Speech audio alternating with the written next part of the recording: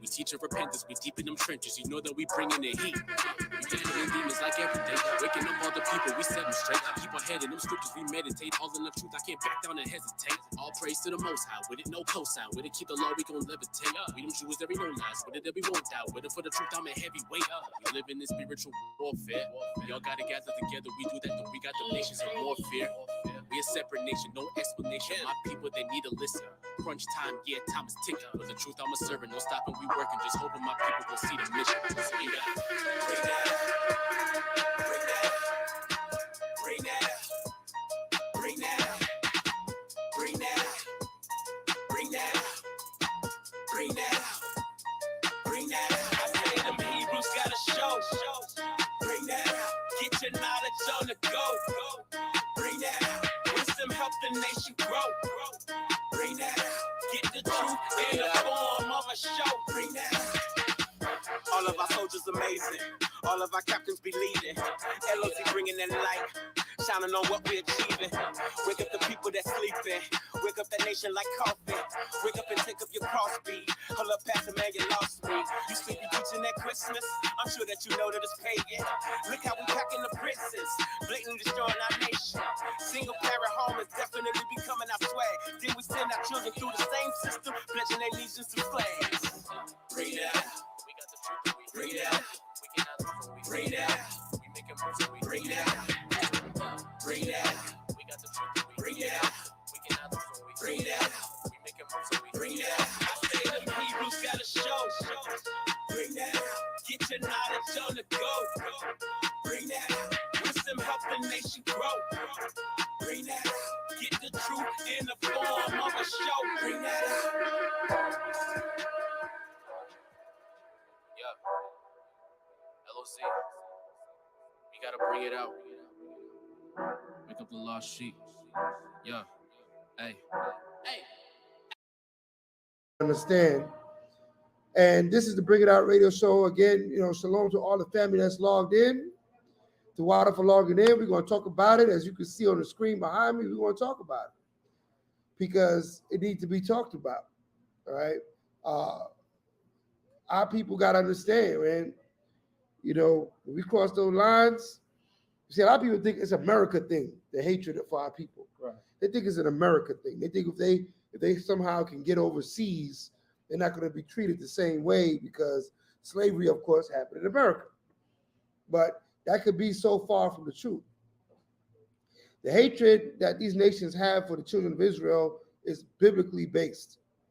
It's from the beginning of the formation of these nations, Esau and Jacob. And it just keeps rearing its ugly head time and time, again and again. Every time something happens in the news, we're reminded that, we do know that Esau does hate us, doesn't he? All right? And sometimes when they get quiet, we get forgetful. We start thinking, well, maybe he's not so bad. But if something's going to happen in the news that's going to make us remember that these devils wish we were, in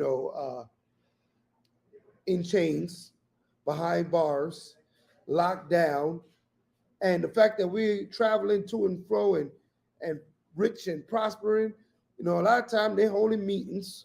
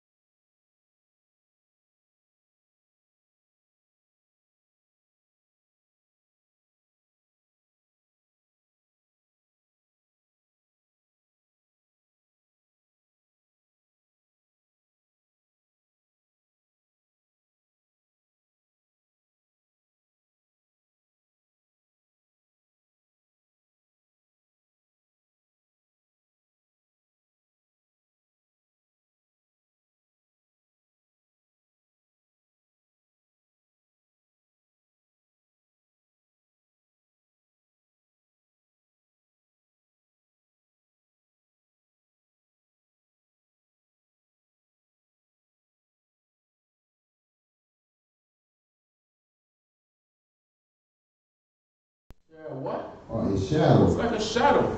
Days upon our earth is like a shadow.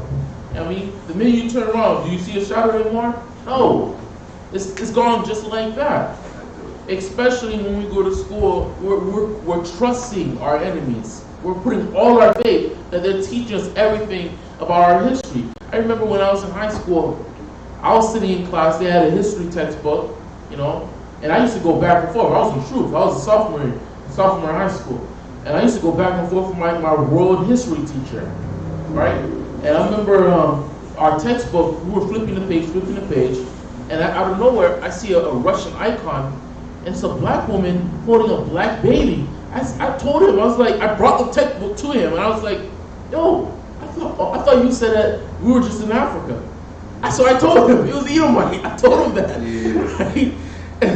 And then I was so excited because I was like, let's see what this Edomite got to say about the slave trade. Because I know a few chapters later we're about to go into the slave trade soon, right? I missed that day. I was sick. I come back the next day, we're talking about the Jewish Holocaust now. I went into the textbook, there's only 2 pages about slavery in that whole world history book. See what it is? That's it. But didn't the Lord warn us? Didn't He tell us about these type of things? Or maybe I'm making it up. Get in the book of Sirach. Let's get Sirach 12 and 10. Maybe I'm making it up. Maybe I'm crazy. Maybe I lost my mind. Or maybe I may be onto something. Right?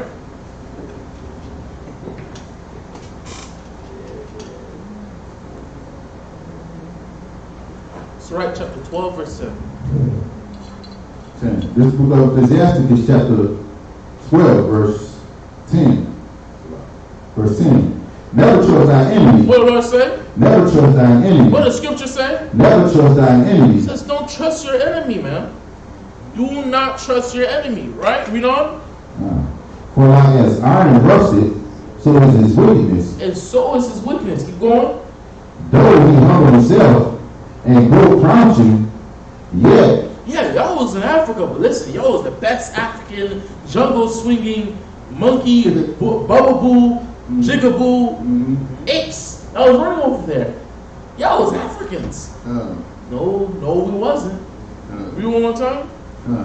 Though he humble himself. Though he humble himself, y'all was fast Africans running through them jungles, right? Read on. And go crouching. Yet take good heed and beware of him.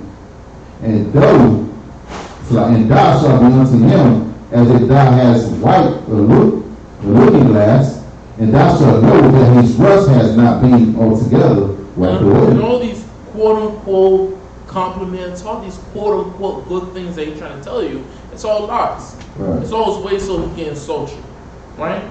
Yeah. We are the 12 tribes of Israel, and we've been scattered across the 4 corners of this earth. Right? We're the Israelites. That's what we are. Right?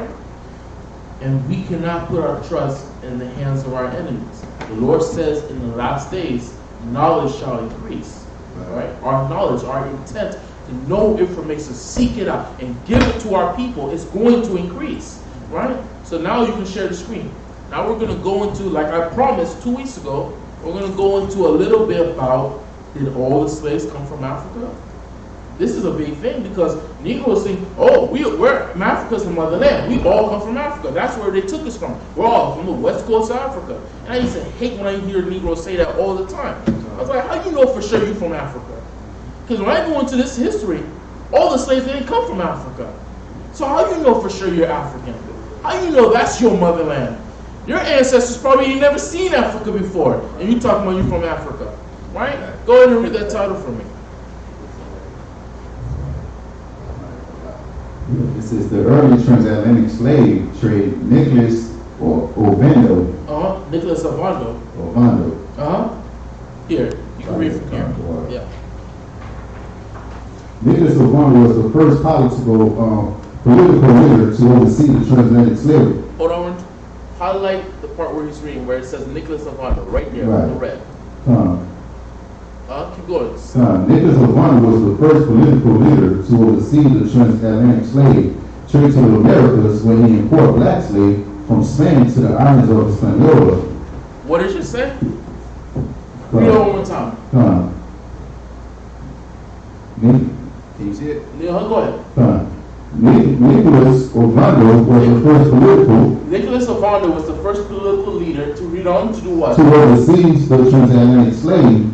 You have Spanish conquistadors always being sent on behalf of Spain and Portugal to come into the Americas, to discover more of the land, to see the strengths and the deficiencies of the American Indians, right? Or the proper term would be Mesoamerican Indians. That's how you compass the whole landmass, right?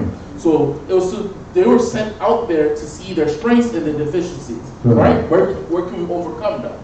But he was officially sent there to oversee the slave trade that they were doing over to the landmass, to the Americas. Read it again. Nicholas Ovando. Nicholas Ovando was the first political leader to oversee the transatlantic slave trade to the Americas, where he imported black slaves. Black slaves. Read on. From Spain. From Africa. From Spain. From the West Coast. From Spain. From where? From Spain. From the North side. From Spain. The West side. From Spain. From Spain. Read on. To the island of Hispaniola. Where's Hispaniola? Who got an answer for me? Where's Hispaniola? Hispaniola is off the coast of Spain, right? Huh? It's off the coast of Spain. Hispaniola is what's Hispaniola? It's around the Americas. Comment board, y'all better keep you up too. What's Hispaniola? What is that? It's around the Americas. It's around the Americas. West Hemisphere. Hispaniola means Spanish island. Hispaniola is Haiti. Yeah, it's Haiti. Right? Of course. Yes. It was later changed to San Domingo and Saint Dominique. Yes, right? That is fact, yes. Read on. From Spain to the island of Hispaniola, Ovando was the third governor of the Indies. As Spanish documents typically refer to Spain-American colonies, after Christopher Columbus and Francisco de Badilla, and the son of his post in 1502, the Catholic monarchs charged Ovando with indoctrinating Americans, noting that, as we said, Proverbs, they should not be allowed contacting Muslims, Jews, or Protestants. The monarch therefore banned the African Moorish slave from being transported to the New World, but allowed black slaves and other slaves who were born under Christian dominion, presumably meaning those born in Spain or Portugal. Wait. No. They were from Africa, and these black people traveled to Spain. No. Read that part one more time. Who was born under Christian dominion. We start from the monarchs. The monarchs therefore banned North African Moor slaves, because they're going to say these are Moors, because the Moors got around. They were all throughout Europe, they were in Asia, and they were all through Africa. All right, spanning from Algeria, spanning from North Africa, Algeria, leading all the way to West Coast Africa. The Moors got around. But the problem with the Moors is that the Moors is not an ethnic group. The Moors is like a coalition. It's a coalition of three ethnic groups: the Jews, the Arabs, and the native Africans. There were a coalition of three ethnic groups. Right? So whenever you see Moor, don't automatically assume that's my people. It's possible it's not. Right? Go ahead.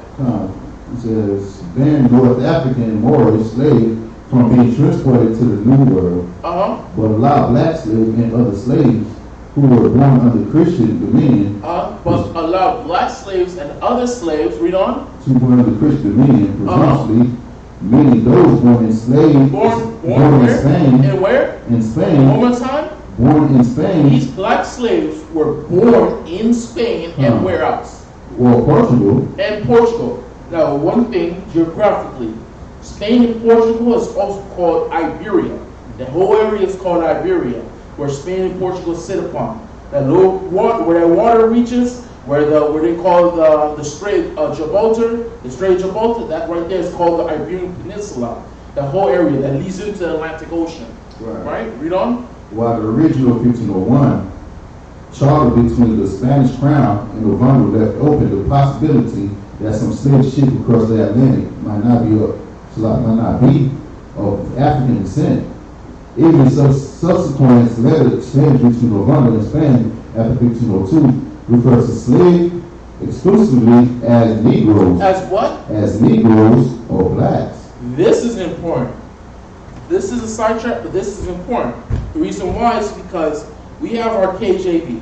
Our KJV was authorized when? In in 11. 1611, right? So King James was living in the 1600s, right?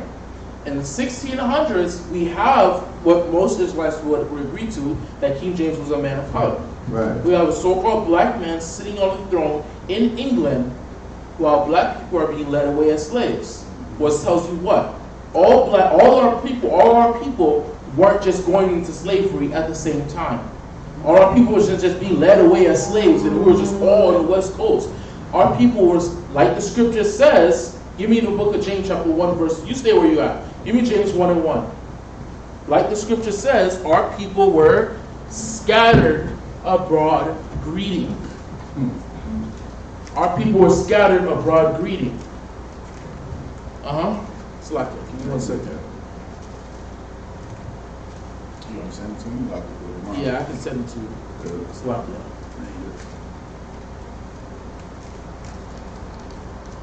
Here. Well, they can read it from right here. Huh? They can hear you from right I here. just want to make sure. Yeah. James chapter 1 verse 1. James, the servant of Yahweh, and of the other one, Amashak Yahushua, to the 12 tribes which are scattered abroad, reading. Read one more time. James, a servant of Yahweh, and of the other one, Amashak Yahushua, to the 12 tribes which are scattered abroad, reading. Okay. The Lord said the 12 tribes that were scattered abroad greeting. So there was a funny thing that began to happen around this time, where our people began to be led away as slaves into the Americas.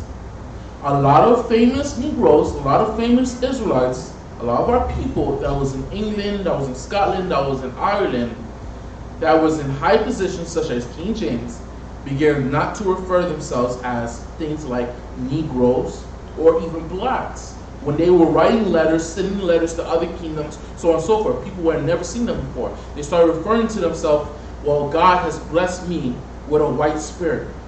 They will use terms like this because they want to make a I'm about to say it. A differentiation. I speak Creole. It's hard for me. Listen, they make a differentiation between. They're trying to make a differentiation between themselves, who are men of color, compared to the men of color that's being led away as slaves. They don't want to relate themselves to any terminology that's being applied to people who are slaves, to a man who's sitting on a throne, right? People who are royalty. They don't want to do that. That's why a lot of them were using terms like white or so on and so forth, right? The term black, it was back and forth sometimes, but more popular terms that they will use is swarthy. He's swarthy, or he's sooty, or he's Scotty, right? When you see these terms, they all mean terms referring back to just black. But they're like fancy color black, right? They're like fancy color black, right? So here, read James 1:1 for me one time. You got it on me? Yeah, No, I meant the thing I sent you. Oh yeah, I got it. Okay.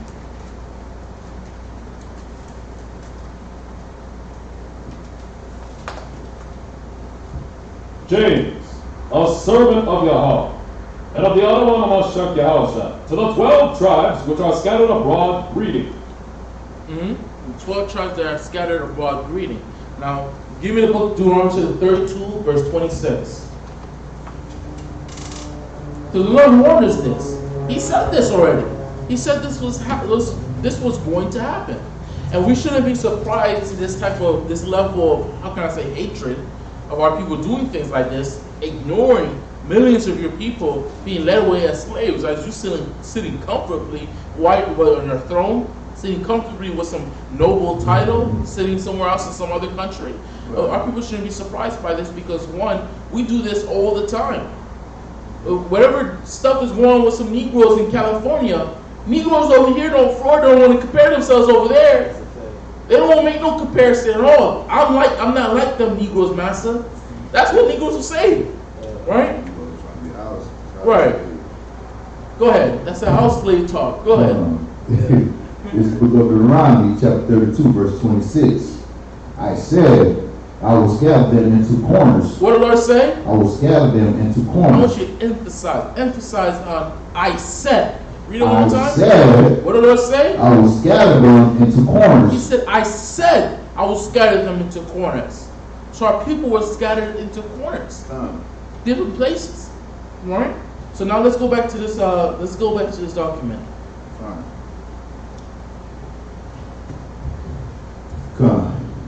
Ovando at first resisted the transatlantic slave trade. When the first slave arrived in Hispaniola, some quickly escaped into the mountains and began launching raids against Spanish settlements in 1503. Right. Ovando had potential. Remember what he used to say. Ovando at first resisted the transatlantic slave trade. When first slaves arrived in where? Hispaniola. And Hispaniola is where? Haiti and Dominican Republic. Right, it's that island, right? Okay, so who are these people being led here to Hispaniola? The Simeon and Levites. Simeon's there, but Levi is being brought there. Levi is the one who's being brought to Hispaniola. And Levi, and this is funny that Levi, they reported this. They wrote this down that this is what Levi did when they got brought to Hispaniola.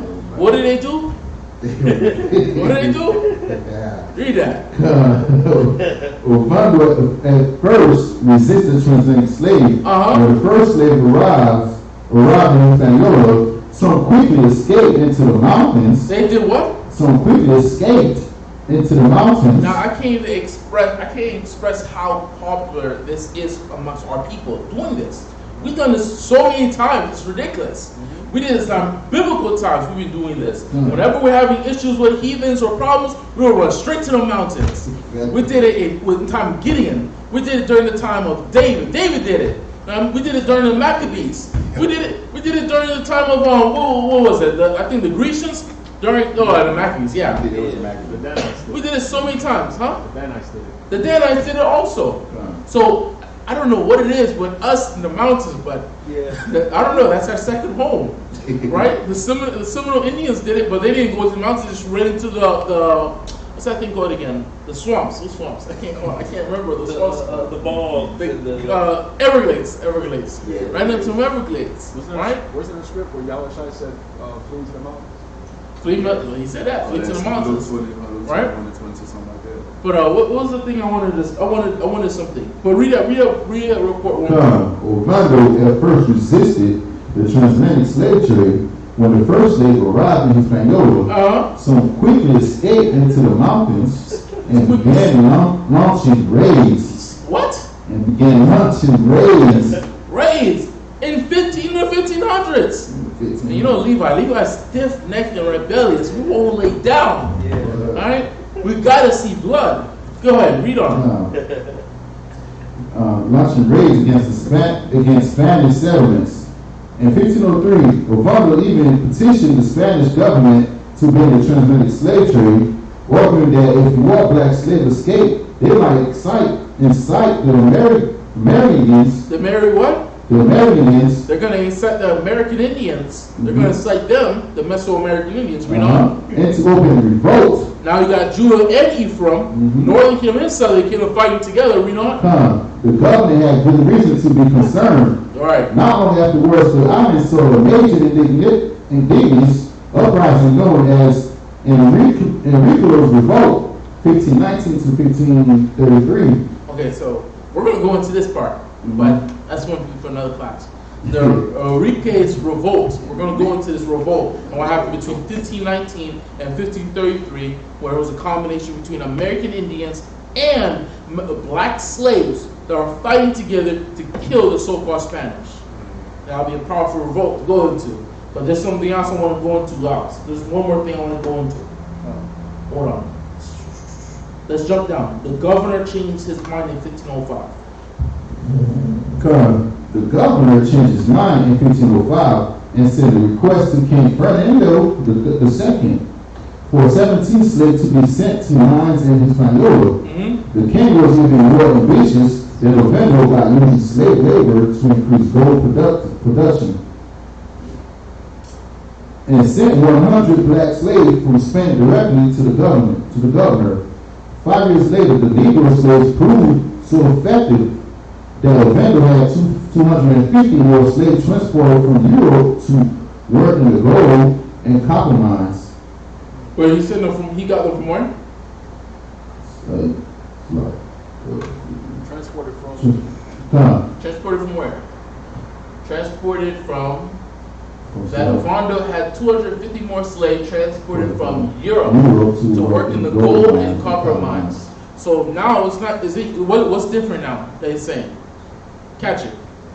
Oh, he's trying to put them in different locations so that there's no rebellion. Right. Think about it. It's different. Originally, when we read this document from the beginning, it said these slaves were coming from where?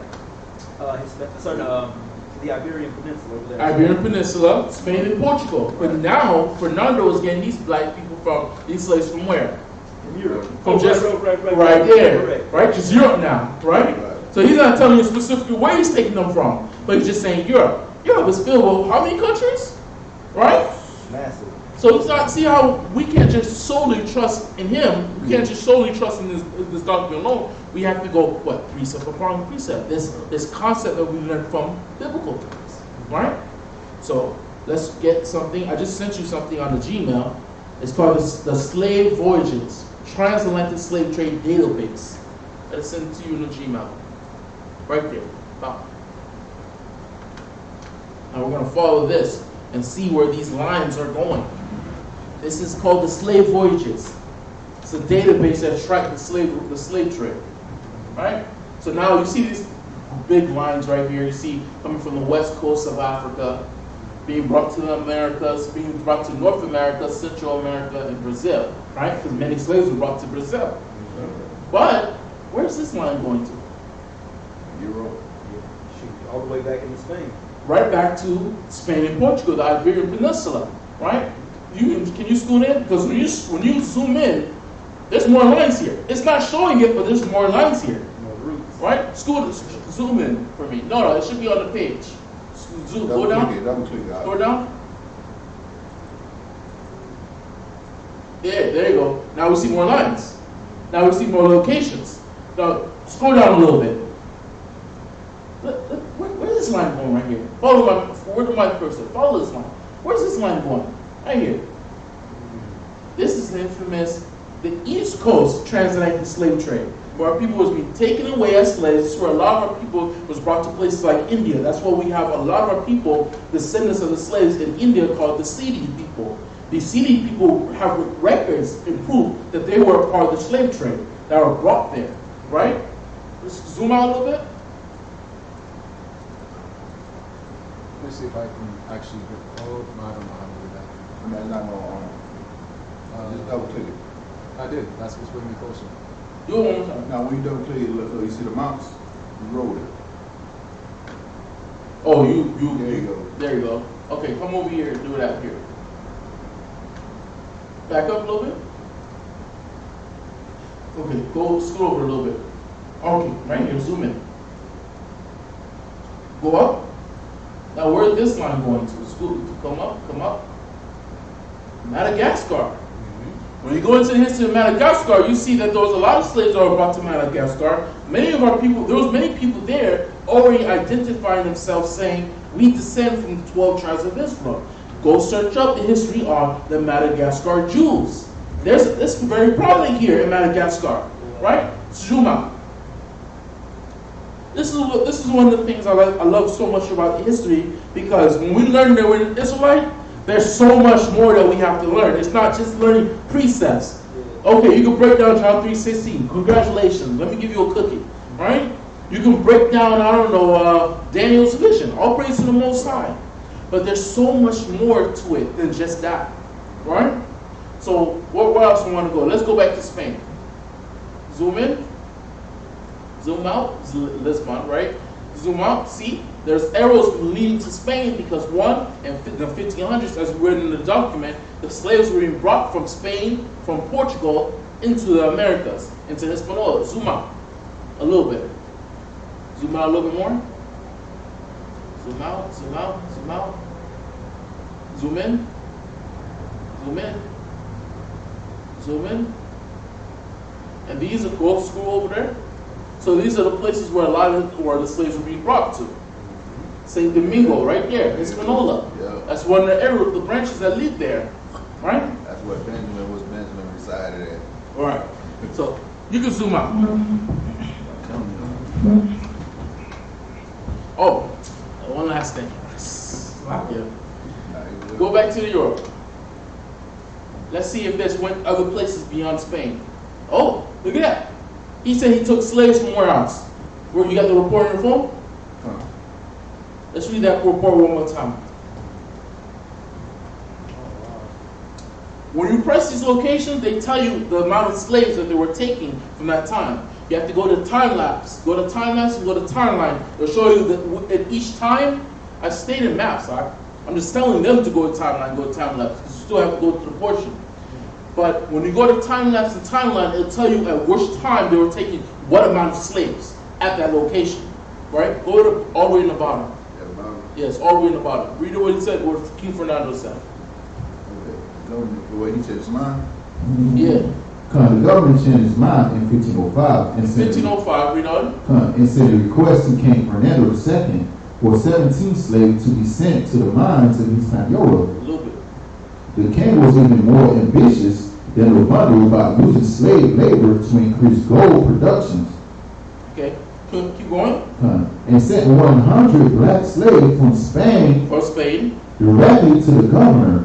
5 years later, the Negro slaves proved so effective that Orlando had 250 more slaves transported from Europe. From where? From Europe. Not from Spain? From Europe. Not from Portugal? From Europe. But he's just using Europe. So he's not telling you where they're getting them from.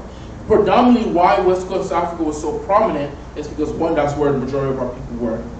Two, the reason why is because beyond those certain point in the 1500s where they banned taking slaves from Spain or Portugal, taking any black people that was from Spain or Portugal or anywhere in Europe and making them slaves. That's when they began an illegal transporting of them, where they were taking them from Africa. They were taking them from Spain, bringing them to Africa, bringing the ship to Africa, and then going to the Americas, as if they're taking these black people from Africa when they're really taking them from Spain. Right? So let's see where this line is going to. So we see this line, it goes to Portugal, but go up. Then we see it going to France. Right? We see it going to France, and then where else we see it go to? Britannia and Britain. Right? Yep. I can't wait. We're gonna be going to soon, most I will. Or we're going to the Spanish Inquisition too. Show that the Jews that will be expelled from Spain and Portugal were actually our people, and we're not these pale-faced imposters, Johnny come lately, right? That we see today, Let's get I'm gonna get a few sources. Read a few sources.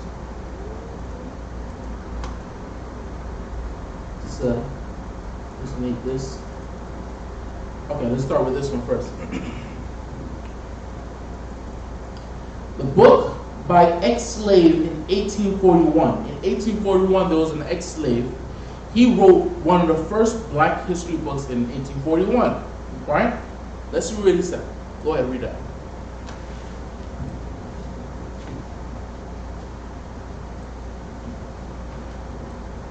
First black history book.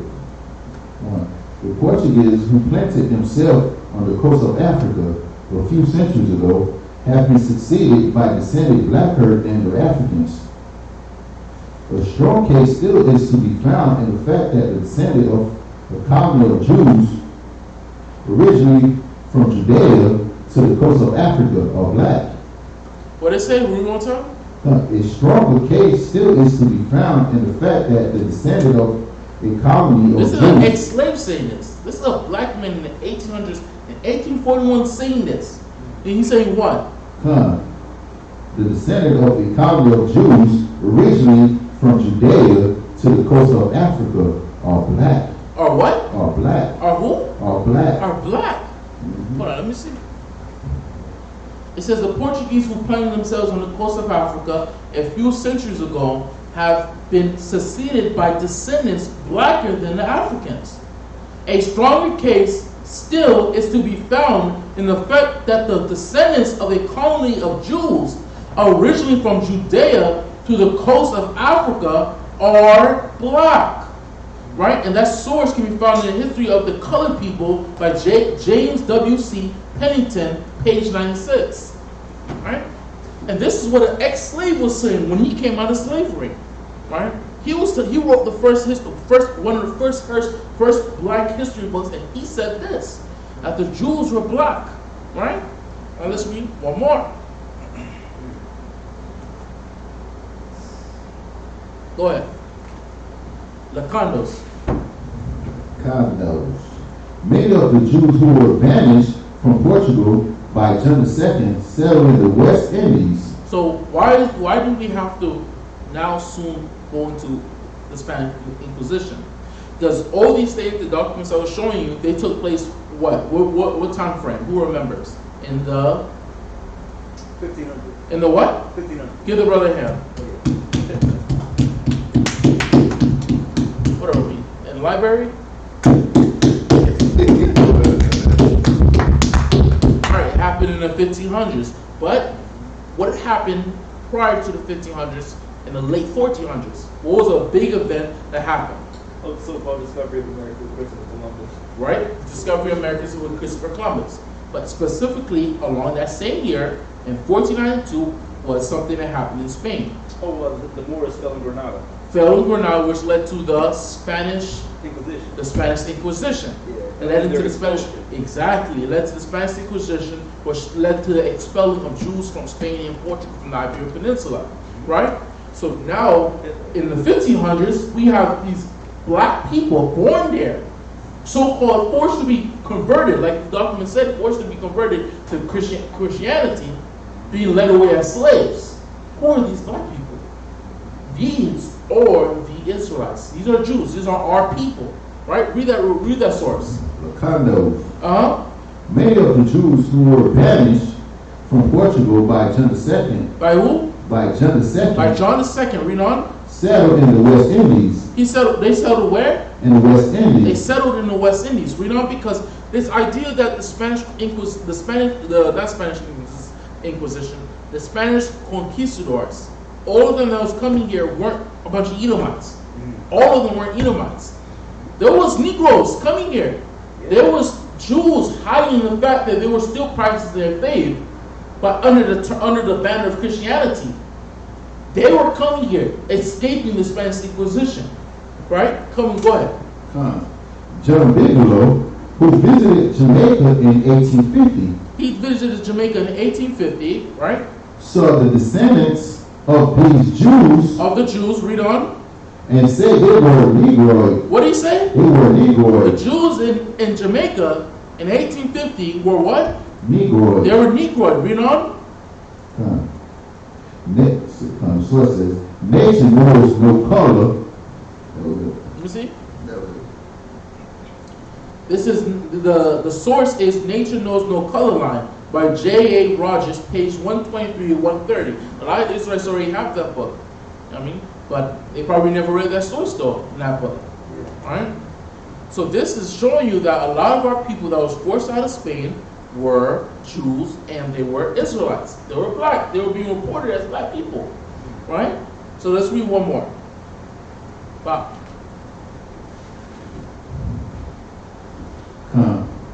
Jamaica. Kingston contains about 40,000 inhabitants at present. 9/10 of whom at least are colored. And walking the streets, one scarcely meets white persons as frequently as he would meet colored persons in New York City. The whites are mostly English or of English descent. The proportion of Jews of all colors is fearfully great. I had never seen a black Jew before. What did he say? I had never seen a black Jew before. He said, I never seen a black Jew before. Read it. When you see it real quick? I remember something about the source. Hold on. There you go. Yeah, it was in 1850. It was in 1850, right? Yeah. This was what was his name? John Bigelow. He came from England and he was also coming from Germany. And in Germany, predominantly the people who claimed themselves to be Jews were what color? Oh, they were Sfardi. They were so-called black. In Germany, in 1850s? Oh no, sorry, 1800s. No, they were. By that time? Yeah, the culture had been taken. They were taken. Yeah. By that time, these were goddamn Edomites over there in Germany. And so he got used to seeing that, but now he's in Jamaica in the 1850s. He's like, damn, I ain't never seen a black Jew before. Right? Read on. Good. I had never seen a black Jew before, and I was astonished to find how little the expression of the Israelitish profile was affected by color. My imagination could never have combined the sharp and cunning features of Isaac. Oh, God. Oh, man. Swat. Read it again. I have never seen a black Jew before. That's from the beginning? Yeah. Okay, go ahead. Yes, I have never seen a black Jew before. You mean from the top? Yeah, we're from the top. Kingston contains about 40,000 inhabitants at present. Where in Jamaica? Kingston. One more time? Kingston. In Jamaica, Kingston. Well, a lot of Jamaicans say that they're from. Right? Read on. Kingston, read on. Contain about 40,000 inhabitants at present. 9/10 of whom were what? At least are colored. In 1850, we're colored. Read on. And walking the street. One scarcely meet white persons as frequently as he would meet colored persons in New York City. You walking in Kingston in 1850s, you will barely see any white people walking around in Kingston. You'll see mostly black people. But what's so special about these black people walking around in the 1850s? Read on. The whites are mostly English. Mostly English. Or of English descent. The proportion of Jews of all colors is fearfully great. Fearfully great. Keep going. I had never seen a black Jew before. So he's seen these black people, he's like, it's fearfully great. I'm scared. I'm scared of how many black Jews are walking around here. Right? Read on. And I was astonished to find how little the expression of the Israelitish profile was affected by color. My imagination could never have combined the sharp and cunning features of Isaac with the thick-lipped, careless, unthinkable countenance of Cujo, African slave, but nature has done it perfectly. You see? That's how you know this is Edomite. Jerome Bigelow. That's how you know he's Edomite. Right? He's so used to those white Jews, he never knew that there were so quote-unquote black Jews. He never realized this. Because he was stuck in England and he was stuck in Germany being surrounded by these fake Edomites, these Jews. But when he came over here in the 1850s in Americas, he come across the real Jews. These swarthy, smooth talking, smooth talking Jakes, Israelites. Right? Yeah, let me see them. Right. Oh, man. So we're going to go into the portion, but I want to say all praise to the Most High. This was a good side bit, going to history, touch on a couple things based on extra biblical, things that happened after the biblical time, after the first century, right? And most likely next week we'll continue some more. So let's get into 1 Samuel chapter 5.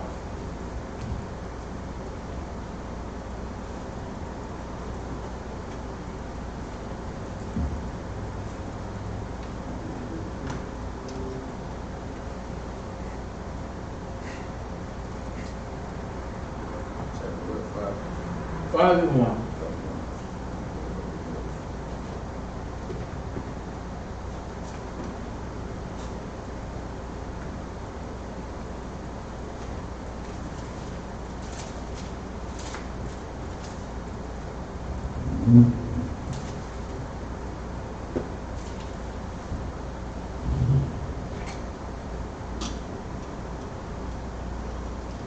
Go ahead, 5 and 1. Go ahead, let's look up 1 Samuel chapter 5, verse 1. And the Philistines took the ark of the Most High. So where did we leave off? We left off with these two wicked Haitians, man. The two wicked, I can't even call them Levites anymore. They're Haitians. And they're priests, so I have to call them Haitian pastors. Right? Yeah. These wicked Haitian pastors, these two sons, the sons of Eli, right? I think one was called Phineas and the other one was called something else. Hold on. I can't remember the name. I remember one was called Phineas. But what happened is that our people was going to war with the Philistines. And these guys know they were wicked. They weren't keeping God's commandments. They were breaking the Most High's commandments, sleeping with women in the tabernacle of the Lord, in front of the tabernacle of the Lord. Right? And they decided, they were scared because the Philistines were defeating the Israelites. So they decided, you know what would be a good idea? Us being wicked Negroes and having them keeping God's commandments? Let's take the Ark of the Covenant and bring it to war. And the people have a morale boost, right? Just by seeing the Ark of the Covenant. So they bring the Ark of the Covenant to the battlefield. The Philistines start getting scared. Yeah, these are the gods. These guys, what's going on? Why are they screaming so hard? Why are they loud? Why are they laughing? And you know how Jake can get when you get hyped. Right? Let's go. Right, let's go. Let's get it. Right? Huh? Hopefully. Right. What's it? Hophni and Phineas, right? Two wicked Negroes, Haitians. Right? And what happened was, they brought the Ark of the Covenant. The Philistines like, yo, we have to be careful. Yo, these guys are going to enslave us if we don't bring our A game. And the Philistines won. Because our people were not keeping the commandments. At the very top of the escalon of our society were the priests. Right? The priests, the judges, the chief of the fathers of the households of the tribes. And these Levite priests, the sons of the high priest, were breaking his commandments. This is what caused the Most High to allow the Philistines to get that win. And not only did they get the win, but they took our Ark of the Covenant. This is what led to the heart attack that killed the high priest Eli. And during that battle, they killed Hophni and Phineas, both these guys. Right? So now, let's continue. 1 Samuel 5 and 1. Come on, this book of 1 Samuel chapter 5, verse 1.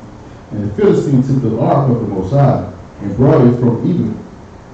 Ebenezer unto Ashdod.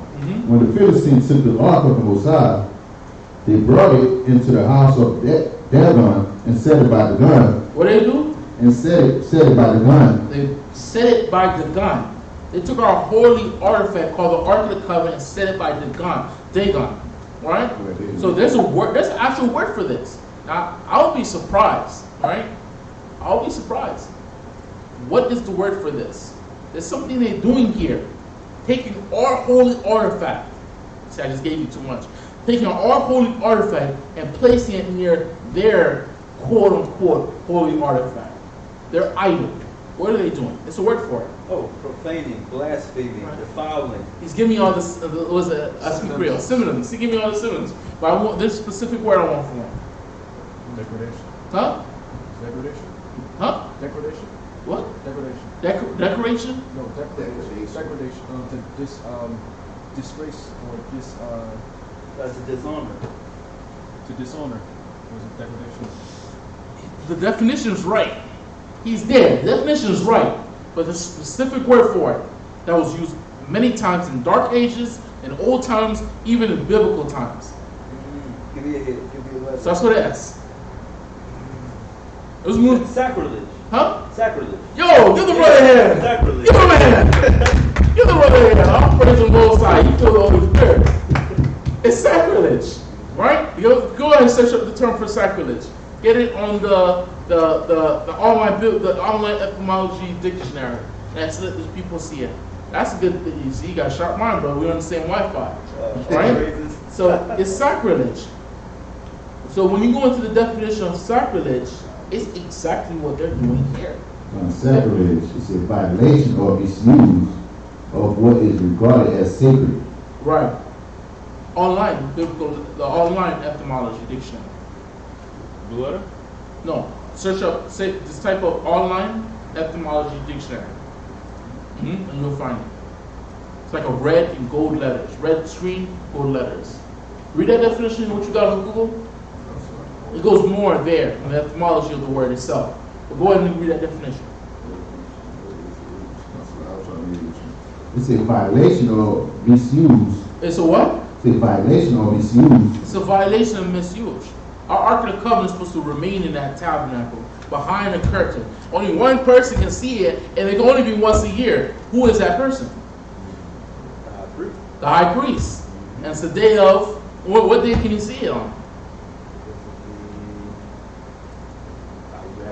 I got you that one. What about you, officer? Officer, it's the day of atonement. I was gonna say. Right? It's the day of atonement. I mean, such a holy day such as that. That's the only day he can actually see the Ark of the Covenant. Right? You got the online biblical etymology? There you go. You can read that. I don't be able to see that. You can't see it?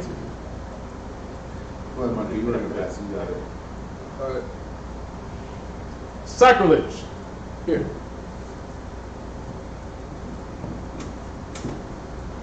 Sacrilege. The crime or sin of stealing. 1300s. Yeah, the 1300s. The crime or sin of stealing what is consecrated to God.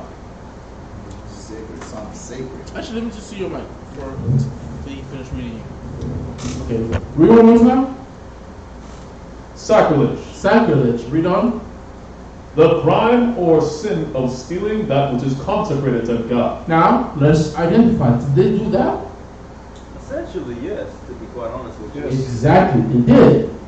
They went to battle with us. They stole the Ark of the Covenant, something that was consecrated to God, to Him. Right? Read on. From Old French, sacrilege. From Latin, sacrilegium. Hmm? Temple robbery. What is it? Temple robbery. Temple robbery, and they weren't the only one who committed sacrilege to our people. Who got another answer for me? Who else did it to us? The Greeks. Huh? Oh, yeah. I loud and proud. The Greeks. The Greeks, right? The Greeks. Who else? Roman.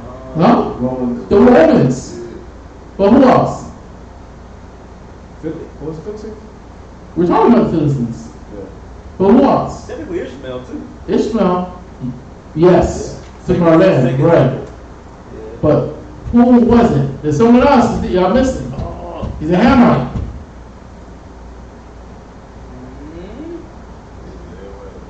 So he's probably talking about No. The Babylonians. Yeah, I was gonna say that. Right. The Babylonians. Hamites. Yeah. Babylonians come from Cush. True. Right. Because they were the worst one. Right. Because they destroyed our first temple that we created and dedicated to the Lord. And they took our holy artifacts. Right. Our vessels. They took all that and brought to Babylon. Right. And they knew what they were doing when they took it. Right. Keep reading. Temple robbery. A stealing of sacred things. From sacrilegos. Temple robber. Stealer of sacred things. Noun use of adjective. From the phrase sacrum, leger, to steal sacred things. Steal. I love that word breakdown. To steal sacred things. And they stolen sacred things. Right? But there's something else. Y'all left out one important person who stole sacred things. Who is that? Before we continue, who is that? Just the Bible in general, Esau. Huh? Esau. There you go. Esau did it. He got it. He got it. Let's give him a hand one more time. That was good. Esau in general. Spain, like we were reading before. Spain, Portugal, England, Germany, Dutch, all of them. Oh, yeah. France. All the Frankfurt countries. Give me the book of Lamentation. Give me the book of Joel. They stole sacred things. But what sacred things am I referring to? Alright? Joel chapter 3. They stole us. That's the one. Yeah. Oh, you still have my mic. Right then. There you go. I'm pressing the most side. There you go. Joel, start from Joel 3 and 4.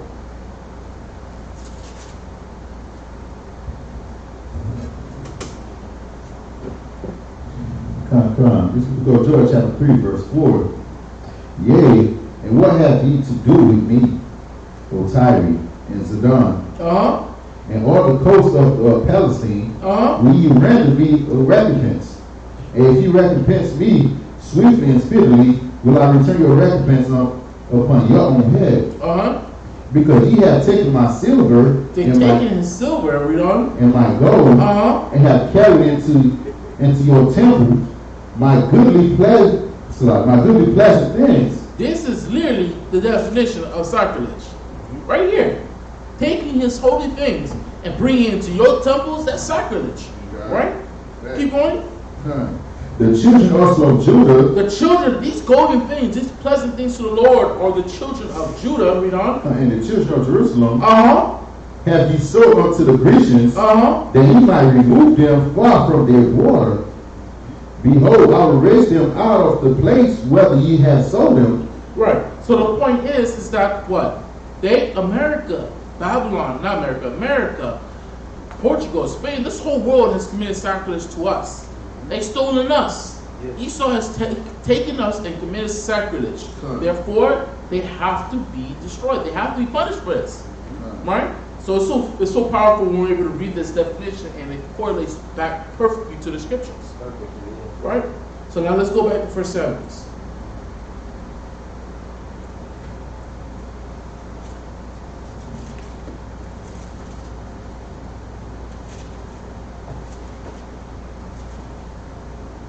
First Samuel chapter 5, verse 3. 3? Hmm?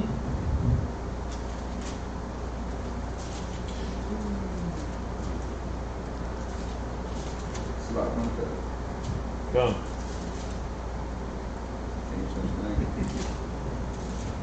I was like, ooh. This is the book of 1 Samuel chapter 5, verse 3. And when they of Ashdod arose early on the tomorrow. Officer. Full thing. You It's a want lot. This is the book of 1 Samuel chapter 5, verse 3. And when they of Ashdod arose early of the morrow, behold, Dagon was fallen upon his face to the earth before the ark of the Most High. And they took the Most High said what? He said he calls himself the Most High. Mm-hmm. There's nobody on his level. Even Yahushua is not on the Most High's level. He's at his right hand, but he is not on the Most High's level. That's the Father alone. You don't put the Father next to nobody, especially some hunk of stone called Dagon. What's Dagon? Right? You gotta think about it from Most High's perspective. He's still disrespected now. You put me next to this hunk of stone. That's garbage. Right? So what happened when they came back to the temple? And they took Dagon and set him in his place again. Read verse 3 again. Verse 3. And when they of Ashdod arose early of the tomorrow, behold, Dagon was fallen. He was what? Dagon was fallen upon his face to the earth. Whoa, what happened? What happened? Why is Dagon laying on his face? How did he get there? That's scary. That's their God. Right. Their God is laying on the ground. They ain't never seen nothing like that before. Right? Was fallen upon his face to the earth before the ark of the Most High. You know, he's not just falling on the floor, but he's falling on the floor, prostrating before the ark of the Lord. Right? Basically bow down. Right, bowing before the Lord. Right? Read on. Come. And they took Dagon and set him in his place again. You are God. Get up. You don't bow nobody. Right. Pick him up. Put that stone back in his place. Read on. And they arose early on the morning. Behold, Dagon was fallen upon his face to the ground before the ark of the Most High. Now he's again prostrating. Now the stone, the statue is now again bound to the Ark of the Covenant. But something's different this time. Read on. And the head of Dagon and both of the palms of his hands were cut up upon the threshold. Cut up upon the threshold. They were cut off. That's so literally chopped off. Right? His body was chopped off from his feet. His feet is still sitting there. Mm-hmm. His body is laying on the ground. His feet are chopped off. His hands are chopped off. His head is cut off. And he's just there in shambles in front of the Ark of the Covenant. Right? If I saw that, I'm terrified. You know, black people, they hear a door open, crack open, they get scared. They sitting in their house, they hear a noise. Everyone's like, oh. Like, pause. Right? But imagine you come in, you see your statue, your God, and he's on the floor. You pick him up, next day, he's on the floor again. And he's all cracked up, looking jacked up. Like he got jumped. His hands cut off. Right. The head cut off. That's crazy. Let's keep going. Come. Only the stump of Dagon was left to him. Therefore lived the priests of Dagon, nor any that come into the Dagon's house, tread on the threshold of Dagon in Ashdod unto this day. Chapter 6. But the hand of the Most High was heavy upon them of Ashdod, and he destroyed them and smote them with Amorites, even Ashdod and the coast thereof. And when the men of Ashdod saw that it was so, they said, the ark of the Most High of Israel shall now abide with us, for his hand is sore upon us. Read it one time. And when the men of Ashdod saw that it was so, they said, the ark of the Most High of Israel shall not abide with us, for his hand is sore upon us. Okay, so small pause. It says that the Most High started afflicting them, he started cursing them, started killing them, right? But he also gave them a plague called hemorrhoids. Hemorrhoids. When you go into the Hebrew, you see that word? It's ipal. Ipal literally means a tumor. He was giving people tumors, he was giving people hemorrhoids. Right? You're giving people all types of jacked up problems in their body. Right? Out of nowhere, everybody's fine, everybody's running, sweaty, doing all their things, and then now everybody's sick. One day, the first day the Ark of the Covenant comes, somebody starts coughing. Pandemic day. Pandemic in Ashdod. Everybody stay home, wear your mask. Right? Go ahead. The ark of the Most High of Israel shall not abide with us, for his hand is sore upon us, and upon the Dagon or God. They said, therefore, and gathered all the Lord of the Philistines unto them, and said, what shall we do with the ark of the Most High of Israel? And they answered, let the ark of the Most High of Israel carry about unto Gath, and they carried the ark of the Most High of Israel about thither. And it was so that after they had carried it about, the hand of the Most High was against the city with a very great destruction. And he smote the men of the city, both small and great, and they had hemorrhoids, tumors, right? In their secret parts. And hemorrhoids, right? And these secret parts. You know what their secret parts is, right? Read on. Therefore they sent the ark of the Most High to Ekron, and it came to pass, as the ark of the Most High to Ekron, that the Ekronite cried out, saying, they have brought about the ark of the Most High of Israel to us, to slay us and our people. Now, listen now. I need someone to read it. Power. Off of Bunnacut. You want to talk? Go ahead, give him the mic for that. That last part, I know he can read it. Alright, use this mic right there. Right there. 1 Samuel 5 and 10. Need that part. He used to be an actor. Oh, really? He used to be an actor. I know what you're talking about. Alright, go ahead. 1 Samuel 5 and 10. 1 Samuel 5 verse 10.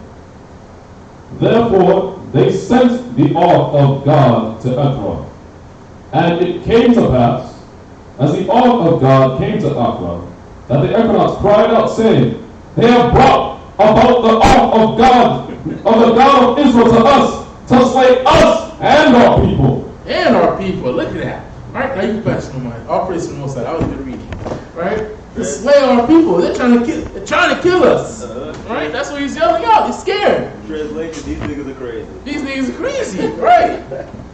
Right? So here, now the question is, should we pity these Philistines? Should we pity them? Absolutely not. No, we shouldn't. Now give me Psalms chapter 9, verse 15. Whoever reads it, quick on the sword. Psalms 9 and 15.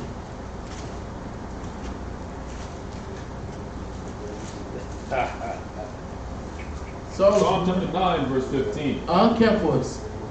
The heathen are sunk down in the pit that they made. What it say? The heathen are sunk down in the pit that they made. You sunk down in the pit you made.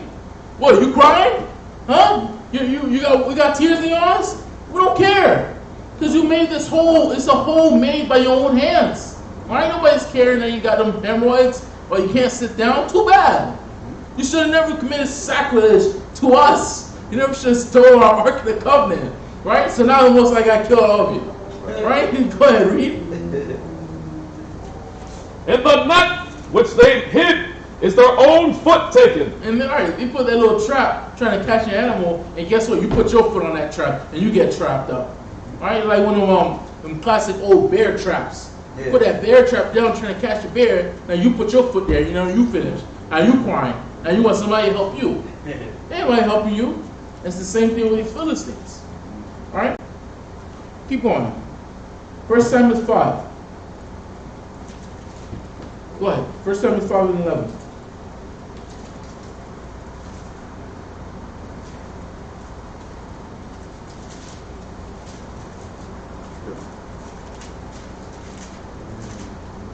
They give you a Red Bull. You said, what? Listen, you don't want to go there. They get them Red Bull. 1 Samuel 5 and 11. Trying to look up first sent. Come, this is book of 1 Samuel chapter 5, verse 11. So they sent and gathered together all the Lord of the Philistines, and said, send away the ark of the Most High of Israel, and let it go again to his own place, that they slay us not, and our people, for there was a deadly destruction throughout all the city. The hand of the Most High was very heavy there. And the man that died not was smitten with the emeralds, and the cry of the city went up to heaven. Verse 6. Right. And the ark of the Most High was in the... You want chapter 6 now? Chapter 6. Right. So read verse 8 for me real quick. Verse 8. 5 to 8. Yeah, 5 and 8 real quick. And then we'll go chapter 6. Come. This is the book of 1 Samuel chapter 5, verse 8. Uh-huh. They sent therefore and gathered all the Lord of the Philistines unto them and said, what shall we do with the ark of the God of Israel? Right. So yeah, keep this in perspective, right? Because what these Philistines did is something we deal with every day here in Babylon, but in a minor scale, right? The Ark of the Covenant is symbolic for what? What is it symbolic for? The presence of the Most High. It's symbolic for the presence of the Most High. Who got another answer? Put the YouTube up here too. It's symbolic for the presence of the Most High, but what else? Officer? Well, actually, that's inside. That's what inside had too. Was the first of the house. Huh? That's I also had with that. He's a librarian now. I know the inside. Huh? It had the tablets. So- It had the almond stick. Uh-huh. It had the. Is it for our formation? What is that? Our formation? Nope. The Ark of the Covenant is symbolic for one specific thing, right? Because I can't just say the presence of the Lord, because the Ark of the Covenant is symbolic for the presence of the Lord, the tabernacle is symbolic for the presence of the Lord, the temple, other things. Even us as Israel, we're symbolic for the presence of the Lord. The Lord is with us, right? Or the priests, the Levites, they're symbolic that the Lord is with them, right? So just having one of them around you, you know the Lord is with you. But the thing is they're the Ark of the Covenant is symbolic for one specific thing. It's a physical symbology for what? From what I see here, Deuteronomy 10 and 8, it says it's to literally minister directly to the Most High. Mm-hmm. So it's actually to be as an intermediary between the high priest and the Most High. So it's really communication, direct. That's what it can do. That's what it can do. I got you. I'll give you all the answer. Okay, go on. It's symbolic for, it's a physical representation of the covenant that God made with us, between us and Him. Yeah. The covenant, that's why the tablets are in there. The staff of Aaron is in there. The staff of Aaron is symbolic for the priesthood. Is never going to be, he's never going to depart out of the tribe of Levi, out of his household. Other things are symbolic, but it's also symbolic to His covenant. That the covenant is with us, right? Mm-hmm. So now we see that this covenant has been stolen from us, right? This symbolic covenant has been stolen from us. It's been stolen by the damn Philistines, right? The literal Ark of the Covenant is stolen from us. But in a minor scale today, we deal with the same thing today, right? How do we deal with that? How do we deal with this same type of thing today? Same type, and then this is the last question I'm able to answer with my ride game. No problem. But I'm coming back tomorrow. I mean, today, Uh-huh. I just say from personal experience, how I deal with it is still keeping my head in those walls, knowing that that covenant is sealed. You know what I Right. mean? No matter which way somebody moves it or tries to profane it or commit sacrilege, we're always going to get back to where it is that we're going to get to through the faith. You guys, you said a good word. You said the same word, good word, that we were talking about before, Yeah. that would be perfect to understand what I'm saying, right? Sacrilege, right? What the Philistines committed was sacrilege. how do we deal with how is sacrilege being performed on us today as we live? They're putting all these idols in front of us, right? Idols, but what else? It could be, I mean, just in general, this like Edomite sort of state of mind, really the beast system, the beast spirit. They're always parading it in front of us and saying, bow, worship it, worship this image. But think about it. Is that what sacrilege means? Sacrilege means what? To steal. To steal the treasures of the Most High. Right, or to steal sacred things. Yes. Right? How is sacrilege being committed on us on a minor scale today? Keeping us amongst Gentiles, heathens. Remember, stealing sacred things. I would probably say our identity, right? That's what it's like. Go ahead, Keith. Go ahead. You wrote the answer down before you got here. Go ahead, Reed. Go ahead. No, I was just doing this on like identity, like if you go through. So maybe three, what I showed you. So like if you go to some, they clearly identified that they actually conspired against us to, for Israel no longer be. That's one of the most sacred things of the Most High. We are apple in the Most High's eye. So what I'm saying, they stole our identity. So that's why we don't know who we are anymore. You know what I'm saying? I'm going to mess up that. Right, and now I want to give him a hand. Give him a hand. Give him a powerful hand. Powerful hand. Powerful hand. One place in the Most High. Right? That's a good example of sacred things being stolen. What's a sacred thing? Our identity. Because our identity, we're not just nobody on this earth. We're the Israelites. We're the princes of God. Right? That's a holy thing. That thing has been stolen from us. They perform sacrilege. The same way these Philistines perform sacrilege with us, with our Ark of the Covenant, they did it with us with our identity. They did it with us with Christianity. But Christianity is always trying to say, no, the covenant is just not just with you. It's with everybody now. Right. No, God is not just with you. He's with everybody now. And even Islam as well. Go ahead. Islam too, they try to say that Isaac wasn't the son on the right. God wanted Ishmael now. It was Ishmael. Right. Some camel eating Ishmaelite. Nobody wants that. And then they try to say it wasn't Yeshua on the cross. It was Judas. Right. So some magical twin brother. Yeah. Right.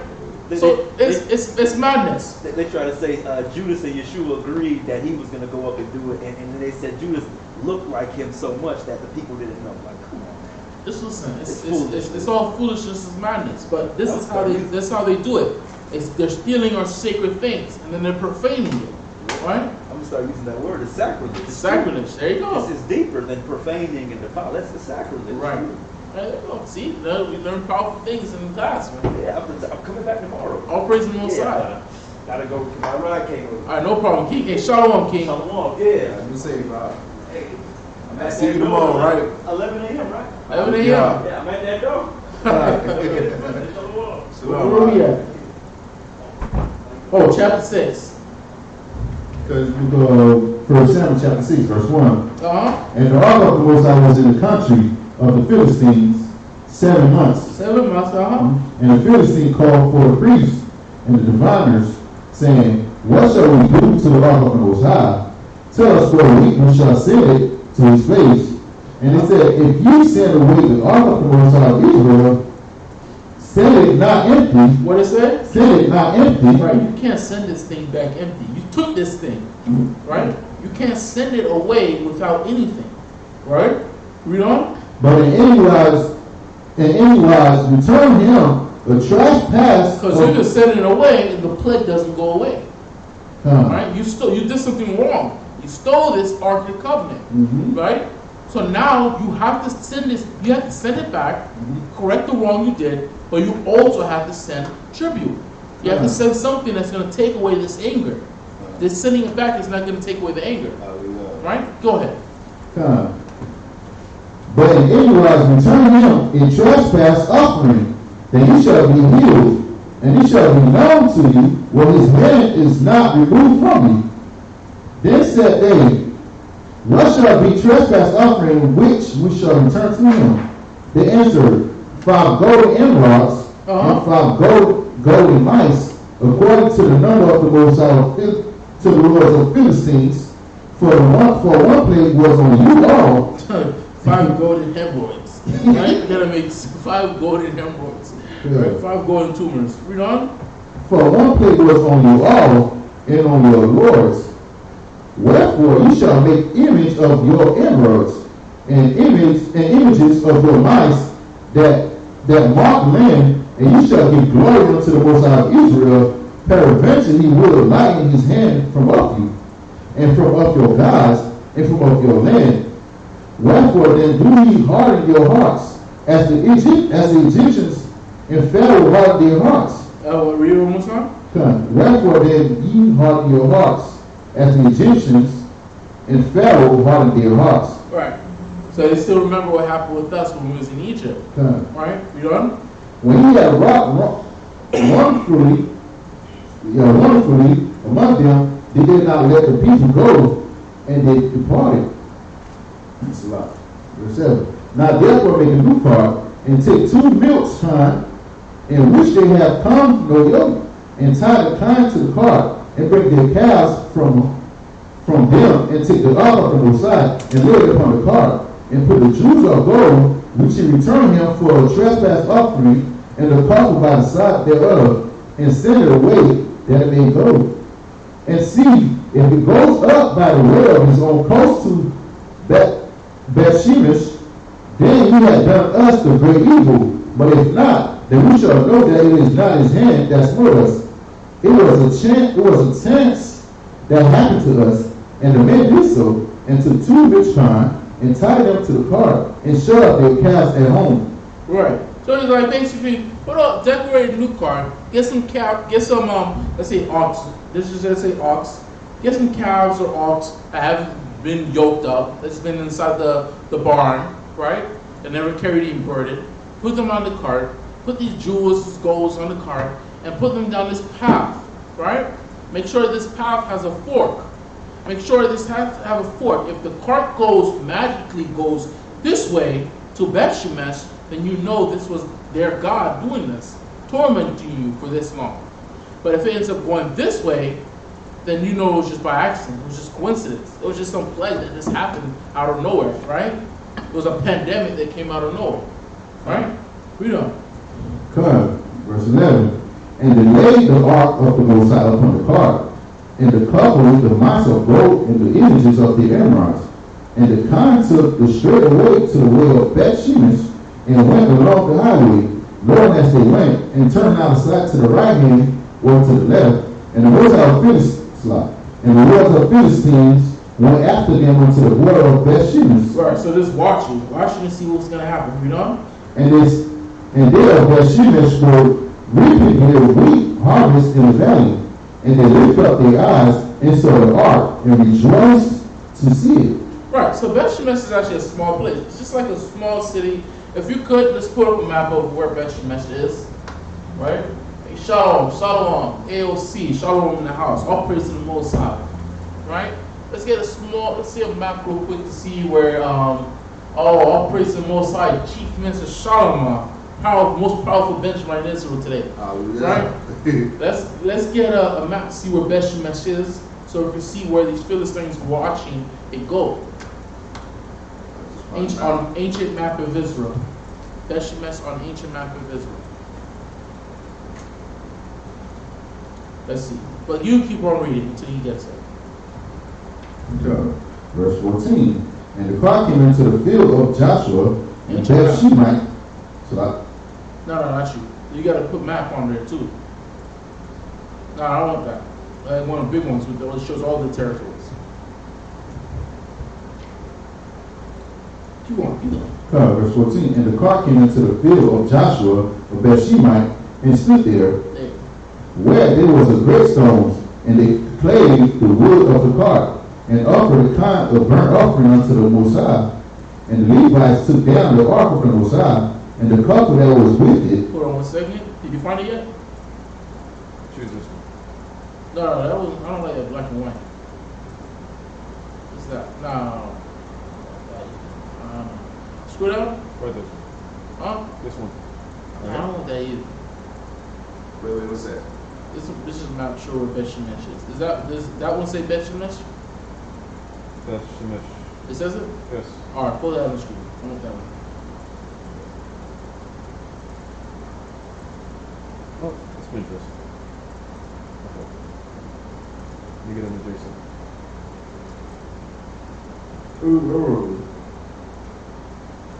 Read up from verse 12 again. Verse 12. Mm-hmm. Come. No, that's not one. I want that one.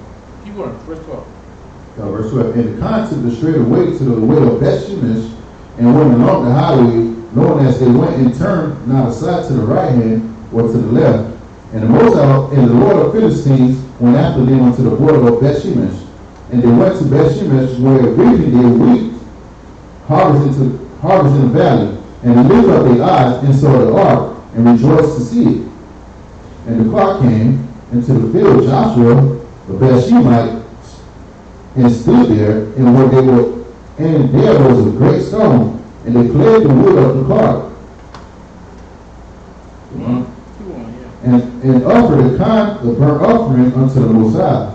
And the Levites took down the ark of the Mosai, and the coffer that was with it, wherein the jewels of gold were, and put them unto the great stone. And the men of Beth-Shemesh offered burnt offering and sacrificed sacrifices, the same day unto the Mosai. And when the five lords of the Philistines had seen it, they returned to Ekron the same day. And these are the golden emeralds which the Philistines returned for a trespass offering unto the Mosai. For Ashdod, one for. Go back to verse 12. So I'll get. I'll go. You got it? Yeah. Go ahead. Read verse 12. Verse 12. This is the book of 1 Samuel chapter 6, verse 12. And the Khan took the straight way to the way of Beth-Shemesh and went along the highway, knowing as they went and turned not aside to the right hand or to the left. And the Lord of the Philistines went after them unto the border of Beth-Shemesh. And they of Beth-Shemesh were reaping their wheat harvest in the valley. And they lifted up their eyes and saw the ark of the rejoiced to see it. Right. So the Ark of the Covenant is coming from. Let's see. What was the last place they were at? I think it was Ekron. I think it was Ekron. They returned back to Ekron. So the last place they were at Ekron, right over here, right? This is where it first originally got taken to, Ashdod. They worked its way from Ashdod to Ekron to Gath. I think Gath was the last place. Yeah, Gath was the last place. It worked its way from Ashdod to Gath to Ekron to Gath, and then from Gath on this path right here. Where's the map cursor? Follow my finger. Follow my finger right here. Here, start from Ashdod.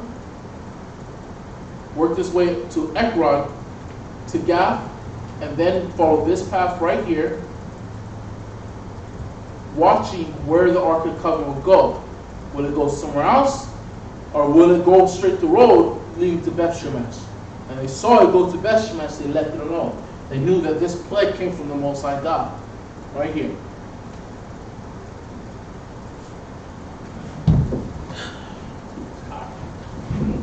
So let's keep going. You can stop sharing. All right, verse 14. And the cart came into the field of Joshua of Beth-Shemite and stood there, where it was a great stone, and they cleared the wood of the cart. What verse you at? 14. 14? Mm-hmm. Okay, yeah, go ahead. Verse 14. And the cart came into the field of Joshua of Beth-Shemite and stood there, where there was a great stone, and they cleared the wood of the cart, and offered a kind burnt offering unto the Mosai. And the Levites took down the ark of the Mosai. Right, now the Levites getting involved. They taking down the ark of the Lord, right? And the coffer that was with it, wherein the jewel of gold were, and put them on the great stone. And the men of Beth-Shemesh offered burnt offering and sacrifices the same day unto the Mosai. And when the five lords of the Philistines had seen it, they returned to Ekron the same day. Okay, it was Ekron the last place they went, right? Right. Okay. And these are the golden emeralds which the Philistines returned for a trespass offering unto the Mosai. For Ashdod, one for Gaza, was it? Gaza 1, for Askelon 1, for Gath 1, for Ekron 1. Askelon 1, for Gath 1, for Ekron 1. And the golden mice, according to the number of all the cities of the Philistines belonging to the 5 lords, both of fenced cities and of the country villages, even unto the great stone of Abel, whereon they sent down the ark of the Most High, which stone remaineth unto this day in the field of Joshua the Bethshemite. Verse 19. And he smote the men of Bethshemesh, because they had looked into the ark of the Most High. Wait, what happened? And he smote the men of Bethshemesh, because they had looked into the ark of the Most High. Right, so everything was going good. Everything was well, everything was fine, right, while the Philistines were watching, right? Because while the Philistines were watching, they want to know, yo, this can't be possible. This ark just went straight back to the Israelites, while no interference. So they're watching this. And then when they see the Israelites rejoicing, they're happy that our covenant came back to them. It was like, all right, we'll leave it alone. So now when the Philistines disappear, and they're not there, now the Most High is smiting them because they did what? Because they looked into the ark of the Most High. Right, now the Most High has to smite us. Keep going. Even he smote of the people 50,000 and 60 men. How many? 50,000 and 60 men. 50,000 and 60 men. Right? Read on. And the people lamented because the Most High had smitten many of the people with a great slaughter. And the men of Bethshemesh said, who is able to stand before this holy power? This holy idol on Yahweh, and to whom shall he go upon from us? And they sent messages to the inhabitant of Kirjath, Jeremy, Kirjath Jearim, saying, the Philistines have brought again the ark of the Most High. Right, this is the first thing they should have done. I mean, I understand you celebrate, you're happy, the Ark of the Covenant's back. This was the first thing they should have done. They should have let the people know, yo, we got the Ark of the Covenant back. The Philistines brought it back. Right. But they didn't do that. Then what's that word in the scriptures? It starts with a P. They became presumptuous. There you go. They became presumptuous. Now they're like, now Bethshemesh is going to become the New Jerusalem. Since the Ark of the Covenant is with us. Right? Nah, that's not how it's going to go. Alright? Keep going. Now the Philistines have brought again the ark. The Philistines have brought again the ark of the Most High. Come ye down and fetch it up to you. And the men of Kirjath Jearim came and fetched up the ark of the Most High and brought it into the house of Abinadab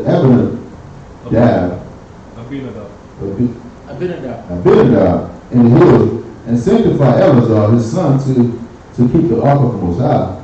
And it came to pass, while the ark abode Kirjath Jearim, that the time was long, for it was 20 years, and all the house of Israel lamented after the Most High.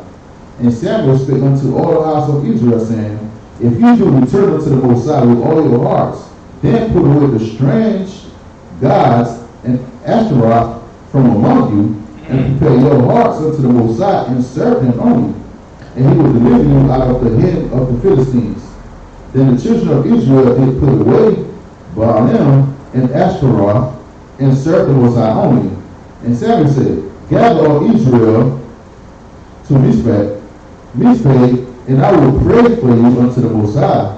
And they gathered together in Mizpeh, and drew water, and poured it out before the Most High, and fasted on the way, and said there, we have sinned against the Most High. And Samuel judged the children of Israel in Mizpeh. And when the Philistines heard that the children of Israel were gathered together to Mizpeh, the Lord of Philistine went up against Israel. Verse 7. Verse 7, okay. I'm sorry, 7. That's it. And when the Philistines heard that the children of Israel gathered together to Mizpeh, the lords of the Philistines went up against Israel. And when the children of Israel heard it, they were afraid of the Philistines. And the children of Israel said to Samuel, cease not to cry unto the Lord of our God for us, that he will save us out of the hand of the Philistines.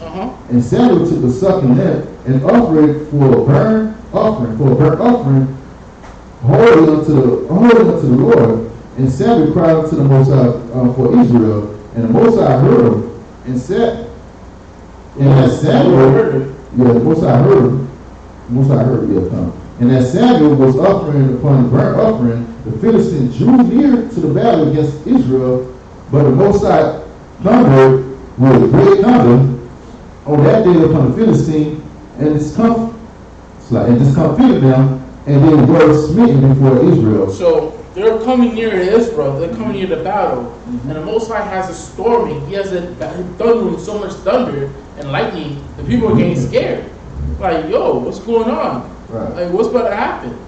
Right. So when it happened, that's when we started fighting them. We smit them. They were basically destroyed before us. Right.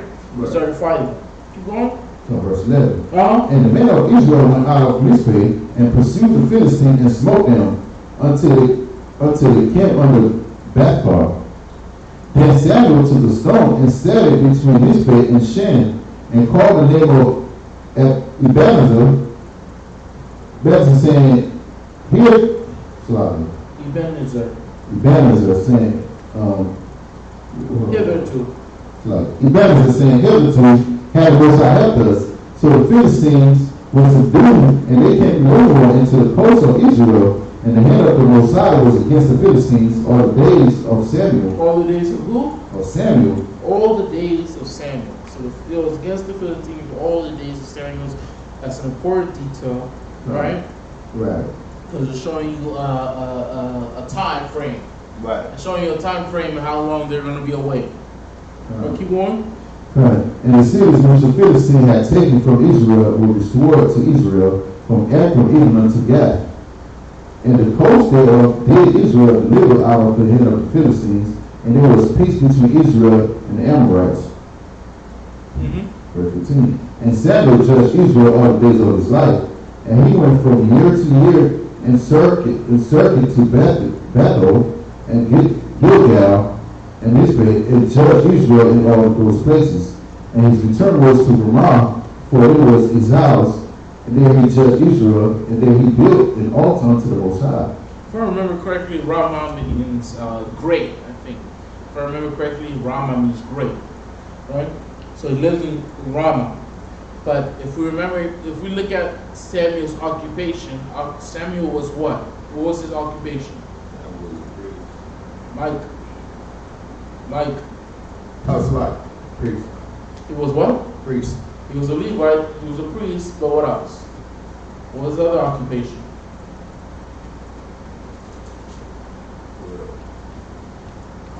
Huh? Anybody? What was Samuel's occupation? Samuel was a Levite. Yes, he was Haitian. He liked rice and chicken. Right? But he was a Levite. He was Haitian. He was a priest. But what else? He was a leader to Israel. Huh? He was a leader to Israel. Occupation, titles. Of his titles. Yes. He was a priest of the Lord. He was a prophet of the Lord. And he was also a judge of Israel. Samuel had three individual occupations. And you can be a priest but not be a prophet. Would that fit to a leader? Huh? That's not specific. That's not specific. It's not. Yeah. You could be a judge and not be a priest at all.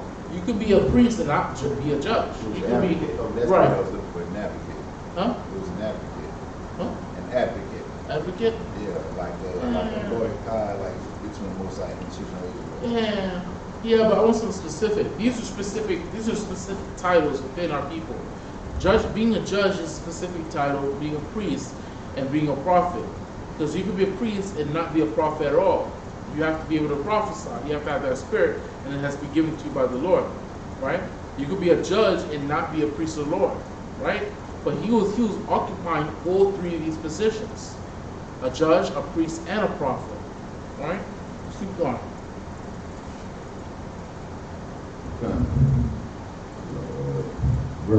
Chapter 8. And it came to pass when Samuel was. Did you finish 17? I don't think you finished 17. Yeah, and he was returned to Ramah. Yeah, I did. Read 17 again? Huh. Verse 17. Verse 17. And his return was to Ramah, for there was his house, and there he judged Israel, and there he built an altar unto the Most High. And he built an altar unto the Lord. So I want to say, Ba'ashem, Amasek Yahushai, the water from Yad, Aman. Hallelujah. Let's give a hand to the Most High.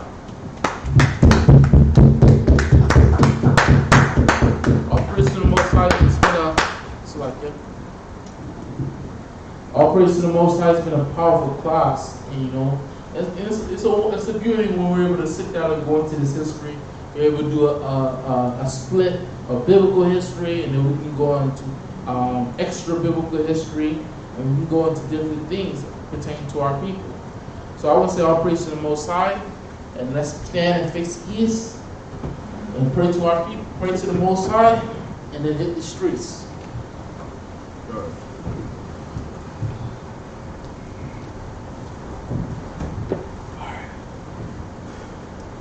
Blowing the shofar. Prayer. Praise me.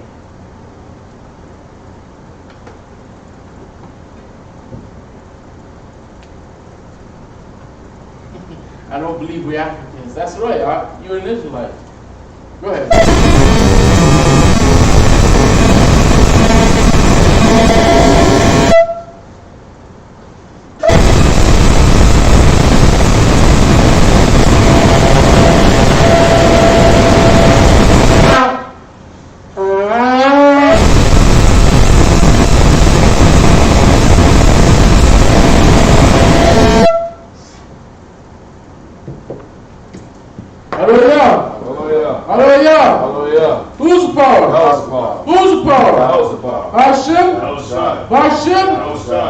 Psalms 133 and Lashon Kodash, repeat the Hebrew.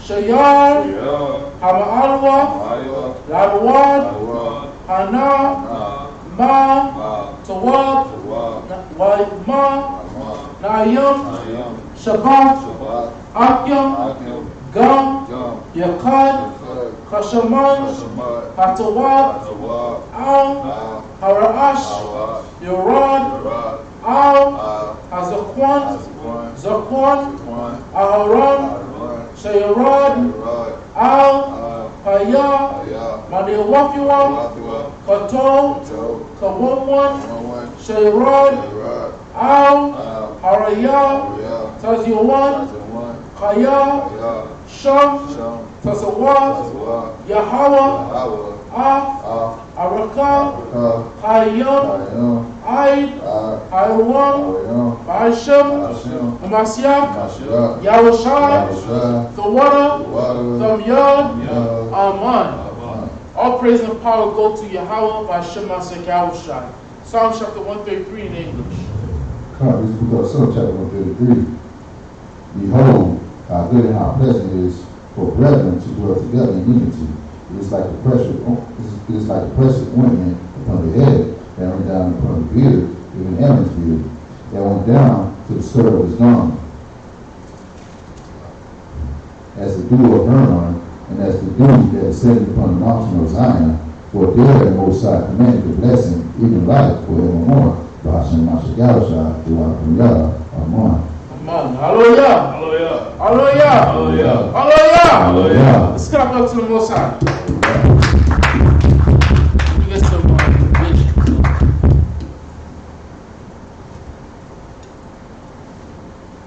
So I want to say all praise to the power of Abraham Jacob for showing his mercy there forever. I'm Captain Montezuk, and stand next to me is Officer Tazawak. And we do this history class every Friday. Most high willing, we always begin to try our best to begin at 8 p.m. But things, inconveniences, and safety intervenes.